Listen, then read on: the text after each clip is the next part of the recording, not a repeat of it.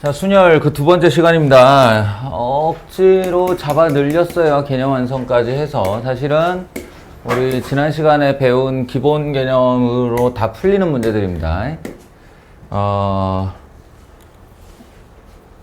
억지로 반을 자르다 보니까, 순열의 내용을 반을 자르다 보니까 꼭 붙어 있어야 되는 3개 유형 중 하나가 요 앞수업에 들어가 있었어요. 요 앞수업에 뭐였냐면 이웃하계였습니다. 이웃하계라는 개념이고, 요 예제 5번부터는 이제 이웃하지 않게인데, 이 이웃하계와 이웃하지 않게 얼핏 생각하면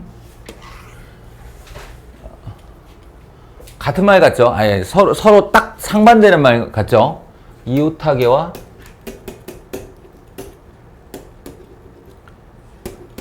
이웃하지 않게.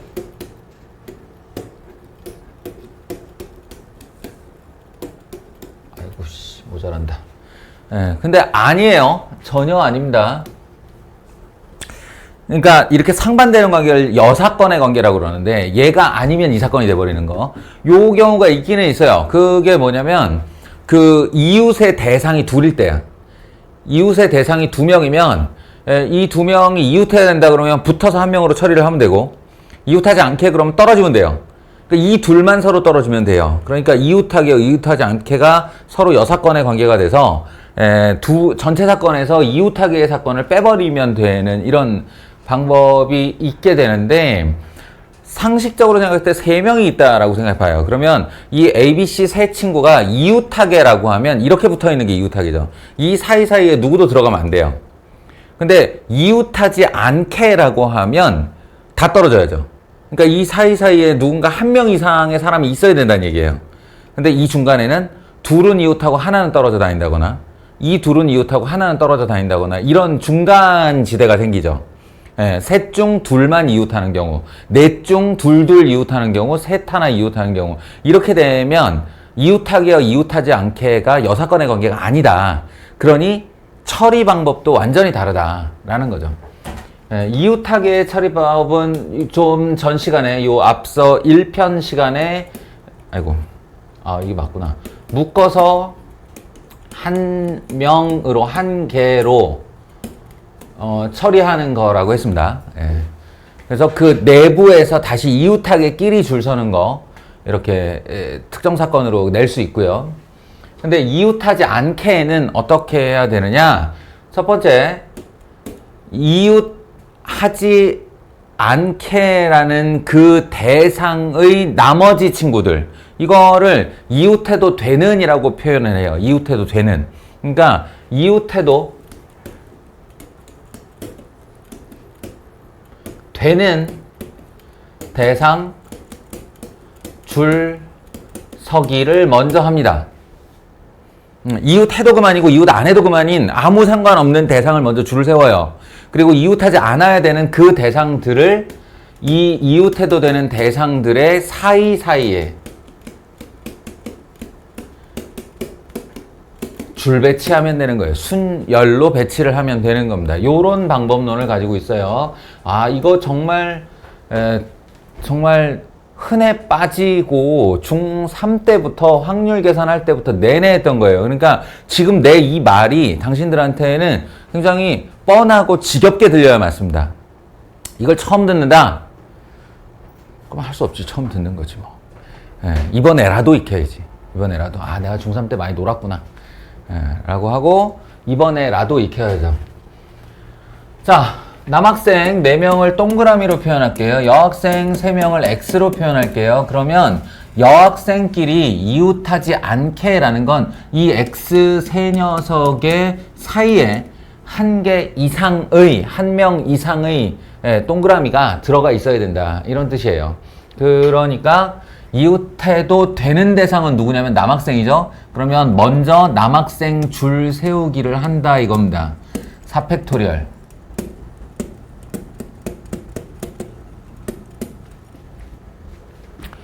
그러면 이제 남학생이 이렇게 둘, 셋, 넷 줄을 섰겠죠. 그러면 이들의 양끝 포함 사이 공간이 있을 거예요. 사이 공간이 생겨요. 양끝 포함하면 5개의 공간이 생기겠죠. 이 5개의 공간에 여학생 3명이 들어가서 줄을 서면 되는 거예요. 그냥 세 자리만 고르면 된다 그러면 OC3이겠지만 이 3명이 다 다른 여학생들이기 때문에 가서 줄을 서야 돼요. 세 자리에. 그렇게 되면 OP3이 됩니다. 이렇게 계산하기. 반대로 이제 남학생 줄 세우기, 남학생이 이웃하지 않기는 어떻게 되느냐? 3팩토리얼 여학생 줄서기를 먼저 하시고, 그럼 여학생이 이렇게 3명이 줄을 섰죠? 사익 공간이 몇 개예요? 하나, 셋, 넷, 4개예요. 남학생 몇 명이죠? 4명이에요. 이거는 4P4라고 표현을 해도 되고, 같은 표현으로 4팩토리얼이라고 해도 되고, 또는 교대로라고 해도 좋아요. 교대로. 이게 이제 남 이렇게 올 수밖에 없는 거죠. 그러니까 교대로라고 해도 되고, 뭐든 간에 어쨌든 네 자리에 남학생 4명이 딱딱딱딱 들어갈 수밖에 없는 거니까 여기는 고른다는 개념이 사실은 맞지 않습니다. 그래서 3팩 곱하기 4팩이 답이에요. 사실은 표현 바꾸기 뭐 이런 애들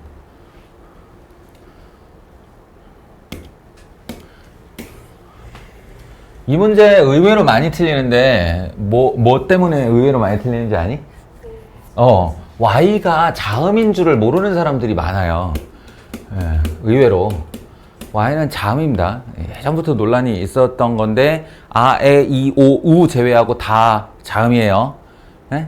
그러니까 아, 에, 이, 오, 우 이 5개의 스펠을 제외하면 나머지는 다 자음입니다. Y도 자음이에요.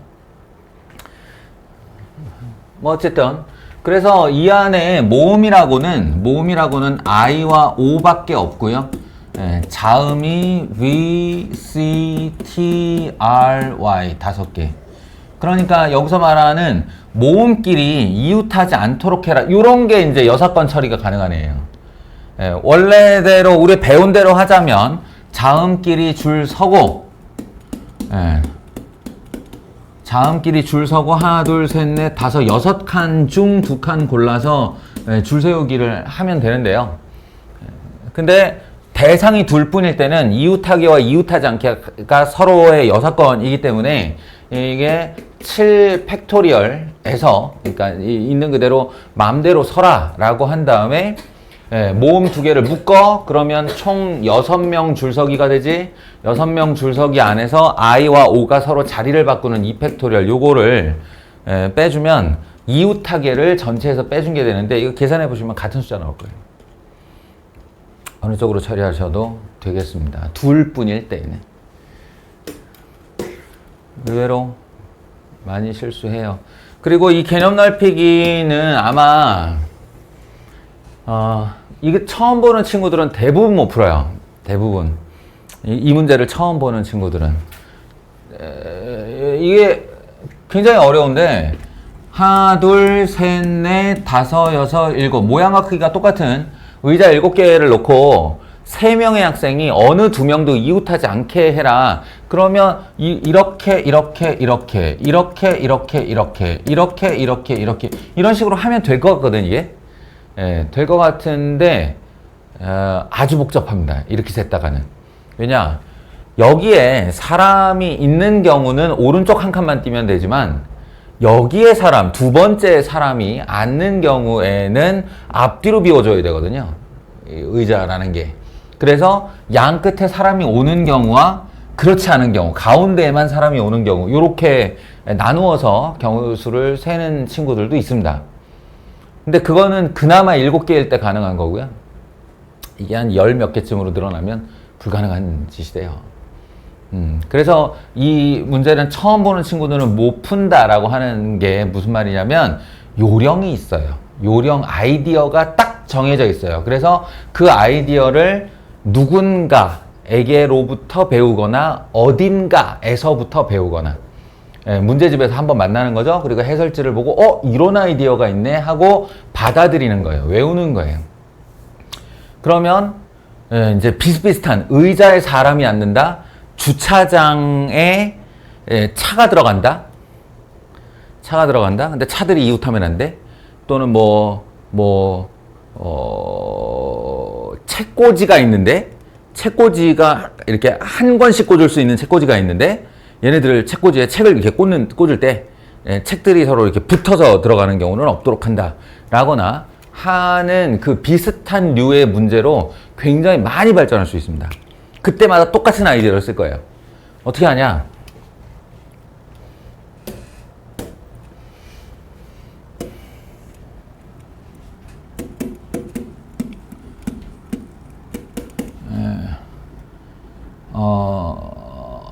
자기 의자를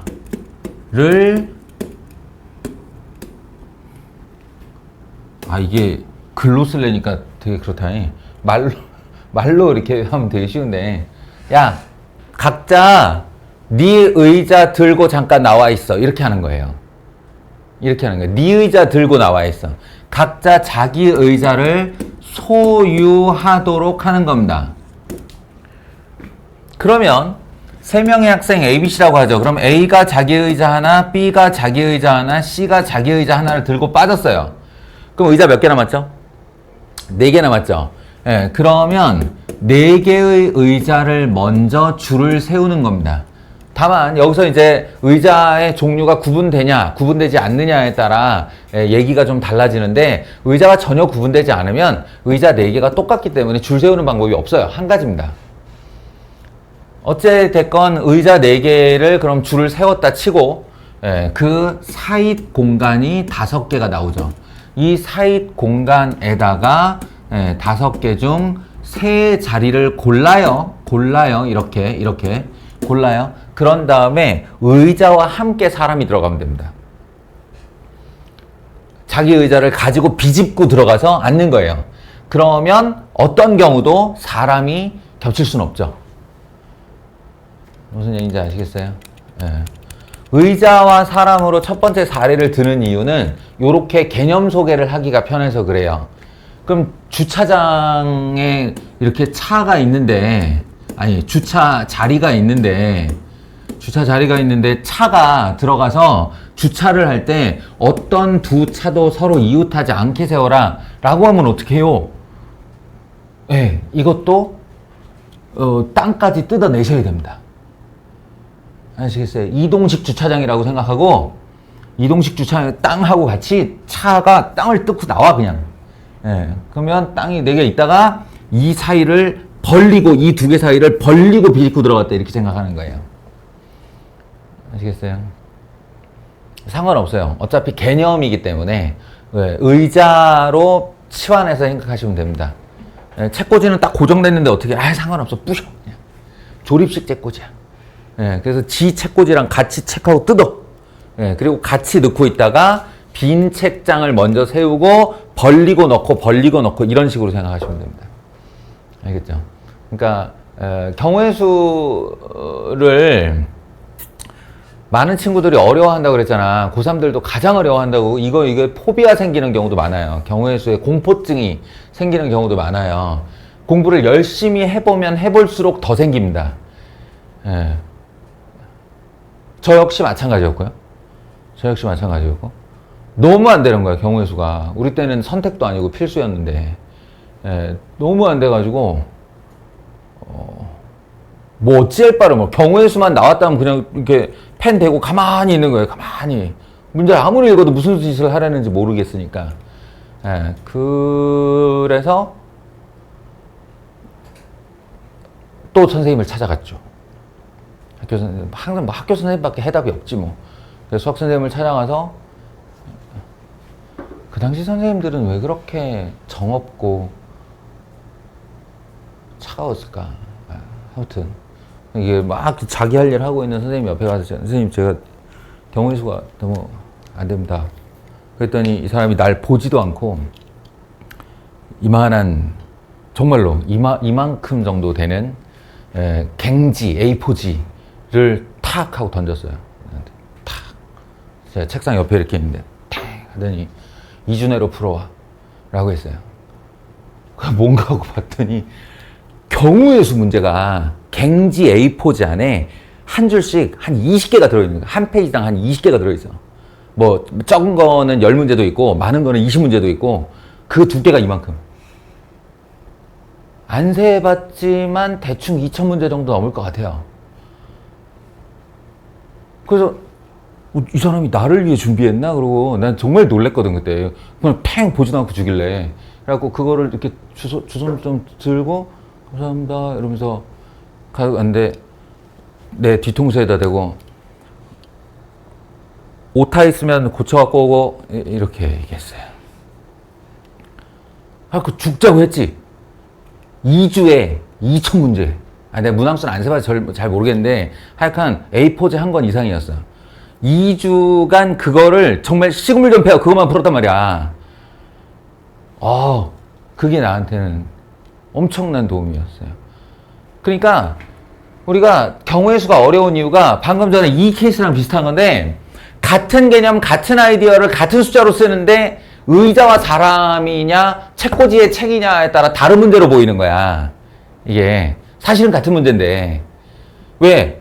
오랜 시간이 흐르거든. 이거 문제 풀고 다음번 이 비슷한 문제를 만날 때까지 굉장히 오랜 시간이 걸려. 그런데 그때는 자동차와 주차장이 나오는 거야. 그럼 나는 같은 문제지 모르는 거지. 또 새로운 문제를 만난 거지. 근데 그렇게 짧은 시간 안에 어마어마한 문제를 풀게 되니까 이제 이게 구분이 되는 거예요. 문항이 분류가 되는 거예요. 그래서 이거 그때 또 봤던 거 얘도 그거네 이러면서 점점 문제 푸는 속도가 빨라지는 거지. 5개 중 5, 3, 150 되게 유명한 조합이 있어. 그거 5개 중 3개 뭐 이렇게 하면 150 하는 이런 것들은 답만 틱틱 쓰고 그때 경우의 수가 확 늘었어요.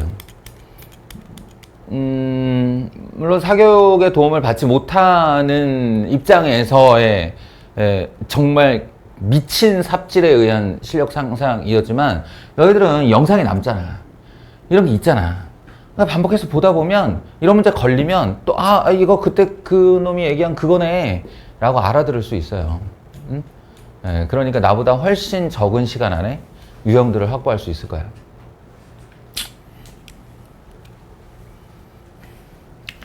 여담이지만 그때 그 선생님은 그럼 나에게 엄청난 애정을 가진 분이셨냐? 아니에요. 그거 자기가 출판사에 쓸 원고였습니다. 수학문제집 만드는데 이렇게 문제들 모아놓았던 거예요. 확률적 책을 쓰고 있는 중이었고 원고였고 저한테 오탈자 검사를 시킨 거였습니다. 제가 다시 가져갔을 때에도 답이 맞냐 틀리냐보다 오탈자가 몇 개냐에 관심이 더 많았었고 세상이 다 그런 것 같아. 그냥 그렇게 윈윈하는 거지 뭐. 그 양반은 그 양반대로 나 때문에 오탈자 검사하고 득 받고 나는 그 양반 덕분에 경우의 수 늘었고 그럼 됐지 뭐. 이름도 기억 안 나요. 그렇게 따뜻하고 고마운 사람이었으면 내가 지금쯤 기억을 하고 있지 않을까. 근데 별로. 장호 선생님 사랑한다.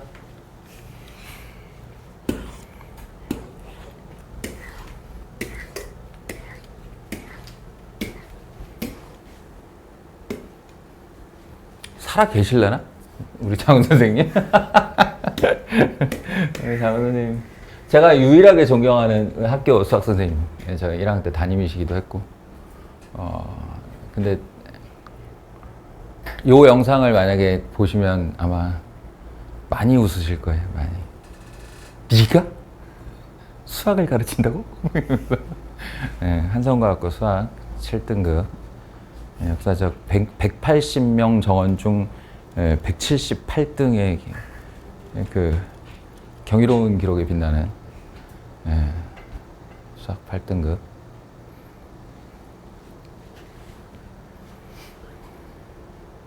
자, 내가 니네들 지각하는 거 화내도 수학 못하는 거 화 안 내잖아. 나 화를 내잖아요. 왜냐면 어찌됐건 지금 니네는 내 과거에 나보다 잘해. 그러니까 그걸 못하는 걸 가지고 뭐라고 하는 건 입장이 됐을 때 하는 거잖아요. 그러니까 100% 이해합니다. 그러니 하라는 것만 좀 하세요. 자, 이거는 적어도의 케이스에는 안 맞는데 그냥 훈련을 시키는 거예요. S와 N 사이에 두 개의 문자가 있는 경우에서 요거는 앞서 두 번째 전 거에서 배운 S, N, 픽스 그리고 안에 두 문자 픽스 그리고 묶어서 하나로 그럼 하나, 둘, 셋, 네 개의 스펠을 썼으니까 하나, 둘, 셋, 넷 이렇게 남았을 것이고 이 다섯 개 하나, 둘, 셋, 넷 다섯 녀석이 일단 줄 서야 할 것이고 그 다음에 요 안에서 S와 N이 서로 또 자리를 바꿀 수 있을 것이고 그 다음 여기 두 개 들어갈 놈은 S와 N을 제외한 나머지 6개의 문자 중 2개가 선택되어 골라져 들어오면 되는 거니까 요게 이제 답인 녀석이라고요. 요거를 이제 서술로 깔아놓는 이유가 뭐냐면 여기에 어디 갔어? UEA 모음이 UEA가 있고 자음이 5개가 있어요. 그럼 적어도 한 끝에 모음이 오는 경우의 수라고 질문을 하면 원래는 모음으로 시작하여 하나, 둘, 셋, 넷, 다섯 여기 자음으로 끝나는 경우 자음으로 시작은 했는데 여기 가서 모음으로 끝나는 경우 그리고 모음으로 시작해서 모음으로 끝나는 이 세 가지 경우를 나누어서 세는 것이 맞습니다. 원래는. 원래는이 아니고 직접적으로 세려고 한다면 적어도 한쪽 끝에 모음이 온다는 이 세 가지를 포함하고 있는 말이니까. 그리고 모음은 그걸 감당하기에 충분한 개수를 가지고 있어요. 3개니까. 그런데 잘 생각해 보면 이 모든의 케이스에서 여기 자음과 여기 자음이 오는 케이스가 유일하게 남아있는 케이스란 말이에요. 있을 수 있는 모든 경우에서 모음 아니면 자음인데 모음, 자음, 자음, 모음, 모음, 모음 다음에 자음, 자음이지 뭐겠어. 그러니까 차라리 전 사건 전체에서 요 케이스를 빼버리는 게 이걸 3개로 나누어 구하는 것보다 좀 더 수월하게 구하는 게 아니겠느냐라는 그런 얘기입니다. 그래서 이제 여기서부터 여사건이 되는 거죠. 이 녀석은 자음, 자음 5개의 자음 중 2개를 골라 앞뒤에다가 줄을 세우는 경우와 곱하기 안에 6개의 스펠이 줄을 마음대로 서는 요렇게 케이스가 양 끝에 자음이거든요. 그러면 전체 사건은 뭐냐? 그냥 8개의 문자가 일렬로 줄을 서는 게 전체지 뭐겠어요. 그래서 8팩토리얼 빼기 5p 곱하기 6팩토리얼 요렇게 해도 심심한 사람들은 이거 다 구해보셔도 됩니다. 하나씩. 구해서 더해보시면 요거랑 일치하는 걸 알 수 있을 거예요. 그리고 계산상의 잔소리 살짝만 하자면 이런 거 멍청하게 또 8팩토리얼 다 계산하고 5p2에 6팩토리얼 다 계산한 다음에 둘이 빼려고 좀 하지 마세요. 고등학교 수학은 그 정도의 산수를 요구하는 일이 극히 드뭅니다. 극히. 지극히 드물어요. 그 정도의 산수 안 시킵니다. 그러니 이게 8팩토리얼이면 8 곱하기 7 곱하기 6팩토리얼임을 이용해야죠. 그러니까 한마디로 8, 7에 56 곱하기 6팩토리얼인 거예요. 내가 왜 6팩토리얼을 남겼겠어요? 여기 6팩토리얼이 있으니까요. 그래서 56에서 5p2는 5, 4, 20이니까 20을 이렇게 빼고 곱하기 6팩토리얼을 하시면 6팩토리얼 정도는 우리가 720으로 외우고 있기 때문에 요 앞에 있는 36만 계산해주면 된다. 요런 계산상의 잔소리 좀 해둘게요.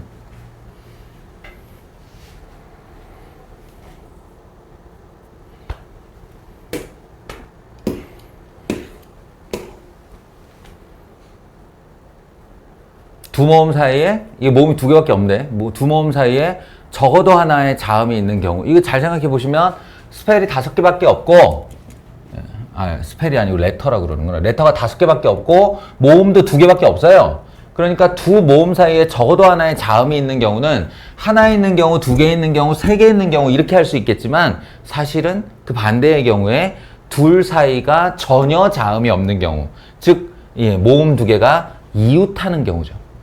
전체에서 모음 2개가 이웃하는 경우를 빼주면 돼요.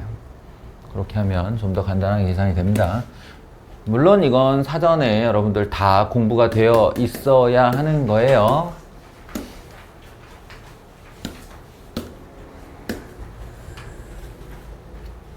함수의 개수. x에서 y로의 함수의 개수. 지훈아, 함수의 정의가 뭐야?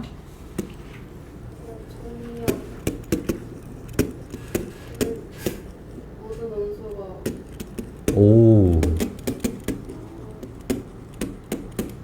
치역에 하나씩 공역에 하나씩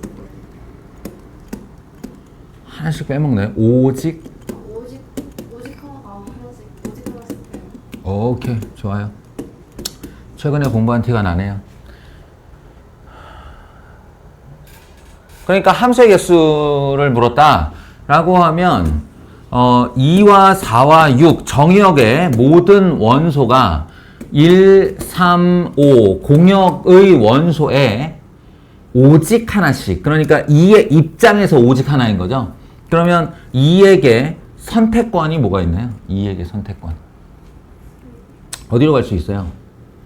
1 또는 3 또는 5로 갈 수 있죠. 1 또는 3 또는 5. 그러니까 정의역 2에게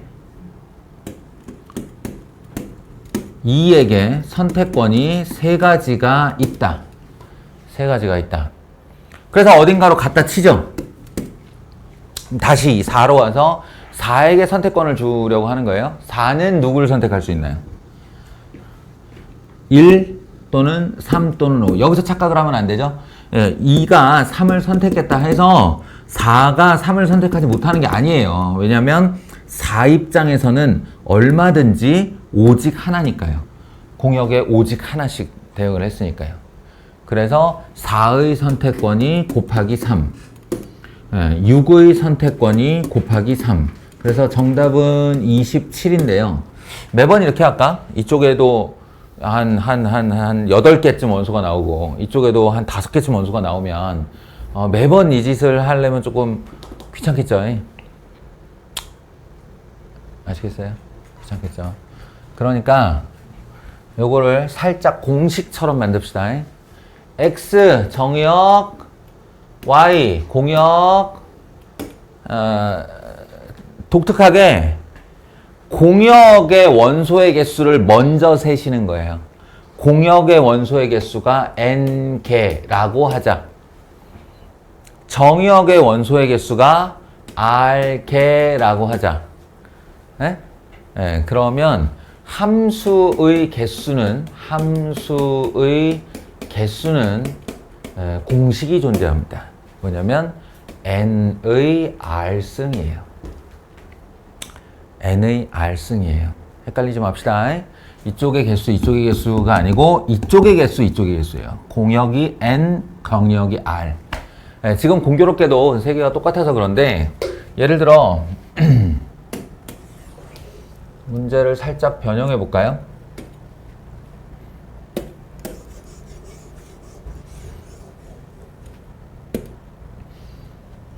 정의역이 2, 4, 6, 8, 10 공역이 1, 3, 5, 7 이렇게 개수를 딱 차이가 나게 해볼까요?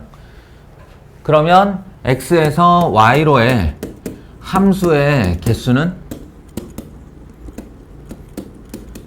원리적으로 생각해보면 이렇습니다. 이렇게 1, 3, 5, 7이 있는데 여기 있는 2라는 녀석 입장에서 몇 개를 선택할 수 있어요? 4개를 선택할 수 있죠. 그러니까 요 놈에게 곱하기 4가 들어갈 거예요. 그러면 4에게도 선택권이 4개가 있으니까 곱하기 4가 들어가겠죠. 그러면 이렇게 곱하기 4 할 4가 몇 개 곱해질까요? 몇 개 곱해질까요? 6, 8, 10까지 해서 5개가 곱해지겠죠. 4가 5번 곱해질 거예요. 이게 다른 말이 4의 5승이죠. 이해하시겠어요? 4의 5승이죠. 그러니까 정답이 4의 5승이거든요.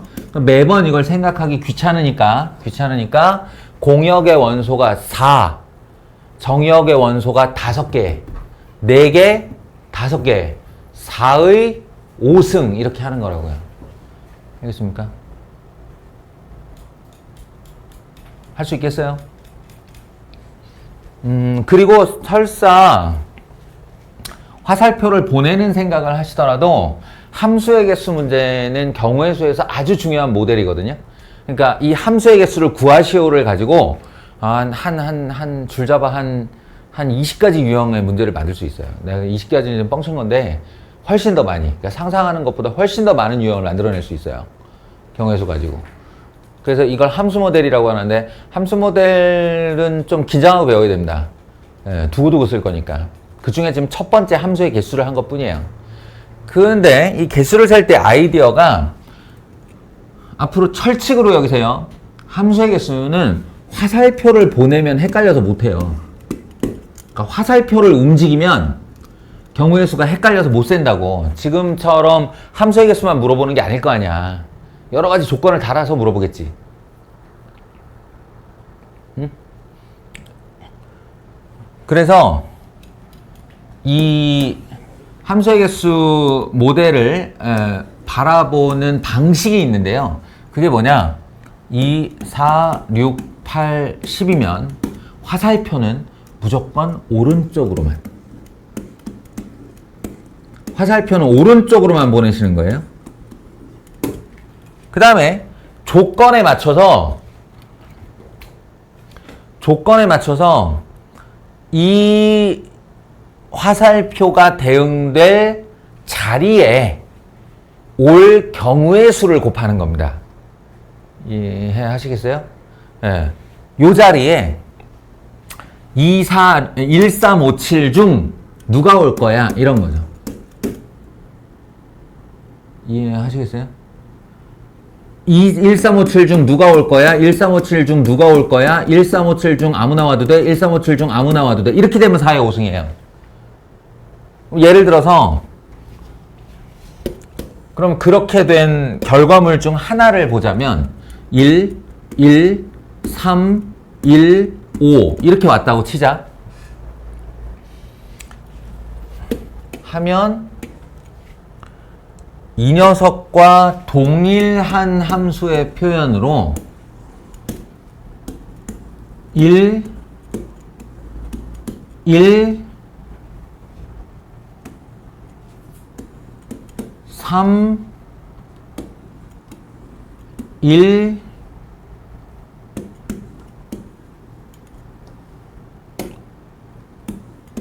5. 자, 이거하고 같은 함수로 치는 거예요. 무슨 얘기인지 알겠어요? 집합에는 동일 원소를 무한히 쓸 수 있기 때문에, 여기 111이 있다고 해도 그 경우를 요렇게 된 케이스로 여기면 된다는 거예요. 알겠죠? 그러니까 경우의 수를 셀 때는 정의역에서 화살표가 나갈 때 화살표의 가지수를 세면 망한다. 화살표는 늘 오른쪽으로만 보내고 이 자리, 대응될 자리에 올 경우의 수를 센다. 뭔 말인지 잘 모르겠죠? 좀 이따 알게 될 겁니다.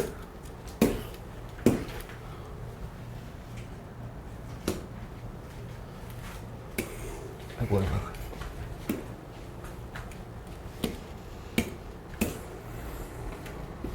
이거 뭐였죠? x가 2, 4, 6이었고 y가 1, 3, 5인 상태에서 1대1 대응의 개수 1대1 함수하고 1대1 대응이 같죠. 왜냐면 지금 정의역 공역 개수가 같기 때문에.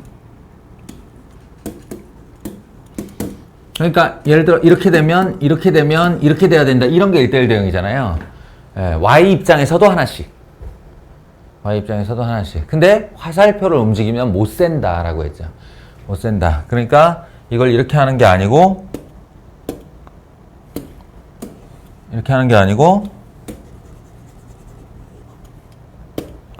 화살표는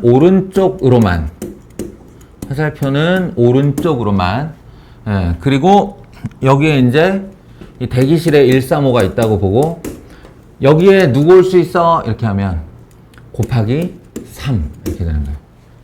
곱하기 3. 135 중 하나. 근데 1대1 대응이라고 그랬으니까 여기에 온 녀석은 이쪽에 올 수 없다 라고 하면 하나 지우고 1, 5 중 하나 이렇게. 그럼 또 하나 지우고 여기 누구 올 수 있어? 1 이렇게 3, 2, 1 6가지다 이렇게 세는 겁니다. 아시겠죠?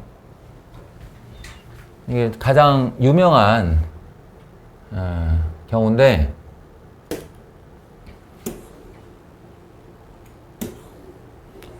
숫자 바꾸기.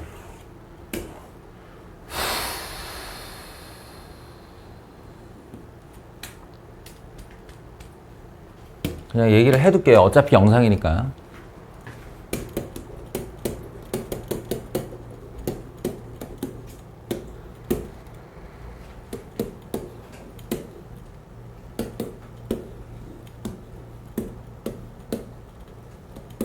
자, 이렇게 해요, 보통. 정역 R개, 공역 N개. 그래서 첫 번째 유형인 함수의 개수 에 대한 질문을 하면 정답은 n 파이 r 이라고 부르는 건데, 이거 나중에 문과에 가서 확률과 통계를 배울 친구들을 위해서 제가 기호를 하나 미리 말해두는 겁니다. n 파이 r이라고 부르고요. 이 녀석의 공식이 n의 r승이에요. 이 녀석의 공식이 n의 r승이에요. 그래서 제가 아까 n의 r승이다를 먼저 이렇게 얘기한 겁니다. 그 다음에 좀 전에 얘기한 1대1 함수. 1대1 함수가 좀 더 일반적이에요. 1대1 대응은 1대1 함수에 포함되어 있는 녀석이니까 똑같은 방식으로 하면 되고요. 요 때는 NPR이 정답이에요. NPR. 그러다 보면 아까처럼 NPN의 경우 이제 N팩토리얼까지 가는 거죠. 1대1 함수는 NPR. 입니다. 그 다음에 남은 두 개의 케이스가 있는데, 하나가 뭐냐면 증가 또는 감소, 증가함수거나 감소함수거나. 그러니까 증가감소가 섞이는 게 아니고 증가할 땐 증가만 하거나 감소할 때는 감소만 하거나. 이거를 기호로 표현하면 I, J이면 FI, FJ이다. 이렇게 되거나 아니면 FI 이렇게 FJ다. 같은 말이에요. 이건 증가함수의 정의고 이건 감소함수의 정의고. 이렇게 조건이 주어지면 그때의 정답이 N 콤비네이션 R입니다. 이거 이제 조합 가면 한 번 더 나올 거예요. N 콤비네이션 R. 그 다음에 마지막 4번으로 이거는 고등학교 1학년은 몰라도 됩니다. 확통 가서 할 사람들, 확통 가서 공부해야 될 사람들은 나중에 한번 돌려보는 영상으로 좋을 거예요. 이건 이렇게 무슨 함수라는 이름은 없는데 이 조건상에서 I, J이면 이렇게 이면 FI, FJ. 방금 전에 제가 얘기할 때 이렇게 되면 이 부등호가 서로 이게 같으면 증가함수라고 그랬죠. 여기에 등호가 들어가는 케이스가 있어요. 이렇게 같아도 되는. 같거나 큰, 뭐 이렇게 쓰는 경우가 있는데 경우의 수가 전혀 다릅니다. 이때의 정답은 NHR이에요. 중복 조합이라고 부르는 겁니다. 그래서 함수 모델에 중복순열, 중복순열, 순열, 조합, 중복조합 이 네 종류가 다 들어와요. 그래서 문제내기가 좋다는 거야. 함수 모델로. 이런 거 저런 거 많이 등장을 합니다. 그러니까 나중에 이제 이론적으로 정리를 할 때 이렇게 한번 알아두시라는 거고요. 이런 거야 뭐. 이거 혹시 궁금한 사람 있을까봐 한 번만 풀어주고 말게요.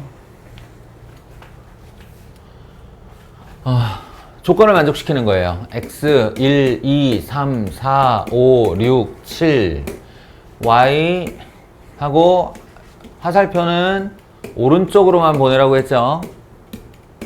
오른쪽으로만 보내세요. 그러면 나번에 지금 뭐라고 되어 있냐면 F1은 7이다. 1에 가서 대응된 결과물인 치역이 7이다 라는 얘기예요. 그러니까 여기가 7로 고정이죠. 고정되는 애는 경우의 수가 없습니다. 유나야. 눈이 큰 아이들은 잘 들켜요. 그래서 너희들은 공부를 좀 더 열심히 해야 될 필요가 있어요.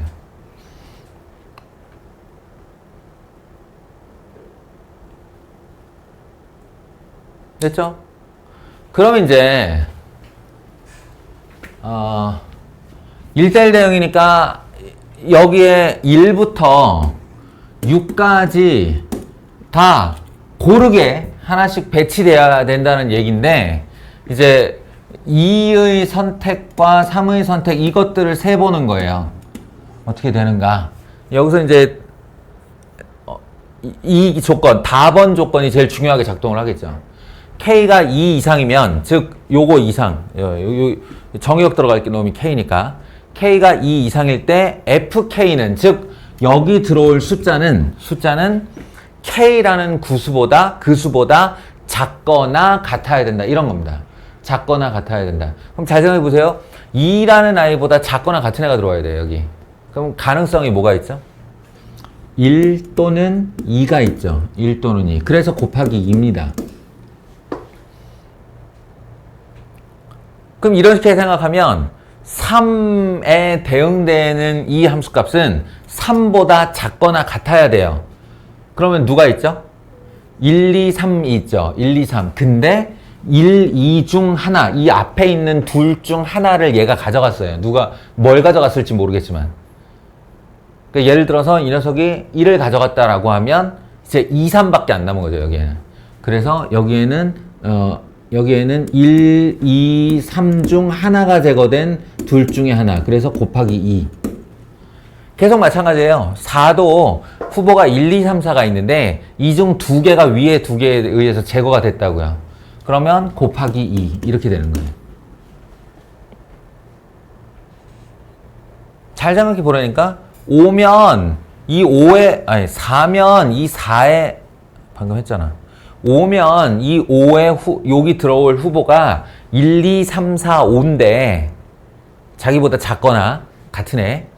근데 앞에 친구들 세 녀석이 무언가 하나씩을 가져갔단 말이야. 그럼 뭘 가져갔을지 모르겠지만 나한테 남은 건 2개밖에 없는 거죠. 그런 식으로 곱하기 2, 곱하기 2. 이게 자칫 리듬을 잘못하면 계속 곱하기 2구나 하기 쉬운데 그러시면 안 돼요. 그러시면 안 돼요. 왜냐면 이 7에게는 자기보다 작거나 같은 녀석이 1, 2, 3, 4, 5, 6, 7 7개지만 이미 7이 사용됐어요. 그러면 이 7의 후보에는 1, 2, 3, 4, 5, 6밖에 없거든요. 근데 앞에 녀석이 6명이었어요. 그러니까 6개 중 5개를 가져갔다는 얘기지. 얘한테 남은 숫자는 1개밖에 없습니다. 7에게 남은 숫자는 하나밖에 없다. 1대1 대응이기 때문에. 그래서 이 문제의 정답은 2가 5번, 32예요. 되게 유명한 기출문제입니다. 요게 고스란히 출제되는 것도 본 적 있어요.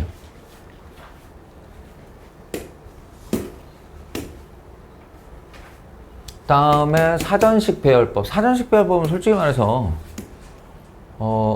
정확하게 여기에만 쓰입니다. 이 순열 단원 할 때 요때 말고는 2번 다시 볼 일이 없어요. 확률 계산할 때도 사전식 배열법은 잘 안 써요. 그래서 헷갈리겠지만 어쩌겠어? 이거는 언어인데? 언어인데?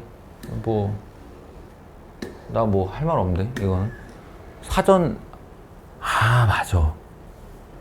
요즘 애들이 사전을 안 찾는구나.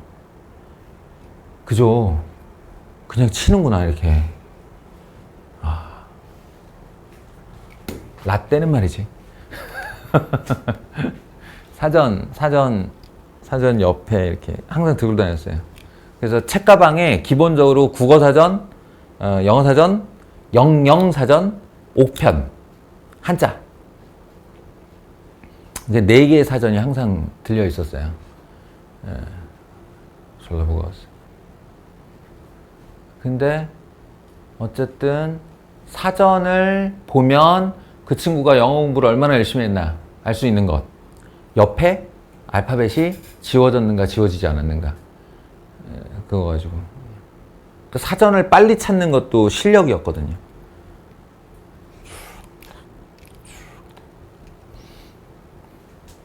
나 어쨌든 사전식 배열법이 뭔지는 알잖아. 예, 뭔지는 알잖아. 그러니까 뭐 해볼까요? 뭐 해볼까? 이거 궁금한 거 혹시 있냐? 그냥 예제를 풀어줄까? 아니야. 다 알 것 같은데. 이 표현 바꾸기 한번 해볼게요. NATURE 6개의 문자를 모두 사전식으로 배열했을 때의 nature라고 하는 단어는 몇 번째 문자열에 등장을 하는가. 이거를 실제 알파벳 순서로 하면 어떻게 되죠? A, E, N, O, P, Q, R, S, T, R, S, T, U, T, U 이렇게 되죠? 맞죠? 이 순서죠.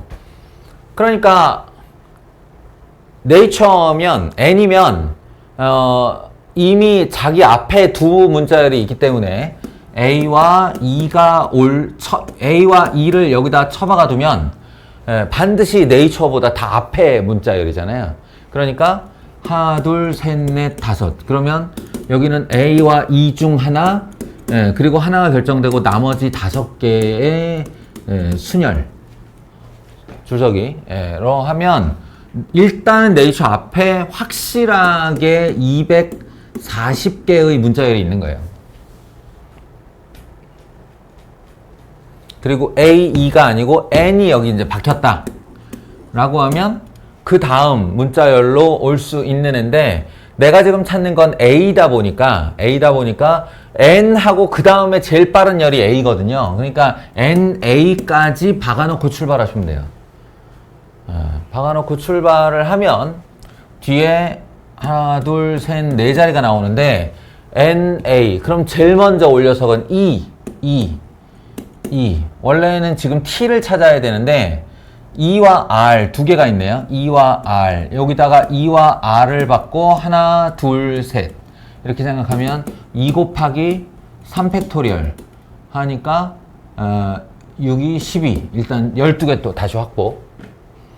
그 다음에 N과 A와 그 다음에 ER 다 썼으니까 그 다음 순서는 T가 맞죠. 드디어 이제 우리가 찾을 문자열에 점점 가까이 가고 있어요. 그러면 하나, 둘, 세 개 박아놓고 N, A, T 제거했다. 그럼 E, R, U 세 개가 남았는데 nature는 U, R, E 정확하게 역순이죠. 이거 남은 문자의 정확한 역순이죠. 그 말은 무슨 말이냐면 이 뒤에 올 세 녀석의 줄서기의 6번째 아이란 얘기예요. U, R, E가 거꾸로라는 얘기는. 그러니까 3팩토리얼 해서 6번째, 요 마지막 번째 문자열입니다. 그렇게 따지면 252, 258, 258번째 문자열의 네이처가 나온다. 요런 얘기. 이거 뭐 설명하면 뭐해? 사전식 배열법이라는 게 원리가 달라지는 것도 아니고 그냥 열심히 해야죠. 별로 그러니까 소득 없는 공부였습니다. 순열은 이거보다 훨씬 광범위하고 크고 많습니다. 그러니 유형별 문제집이 가장 절박하고 절실하게 사용될 단원이 바로 이 경우의 수일 거예요. 하나만 가지고는 안 되고 한 2권 이상. 여러분에게 이게 시험법이 만약 들어간다 그러면 제가 추가 자료를 막 쏟아줄 겁니다. 많이 봐야 돼요. 마치죠.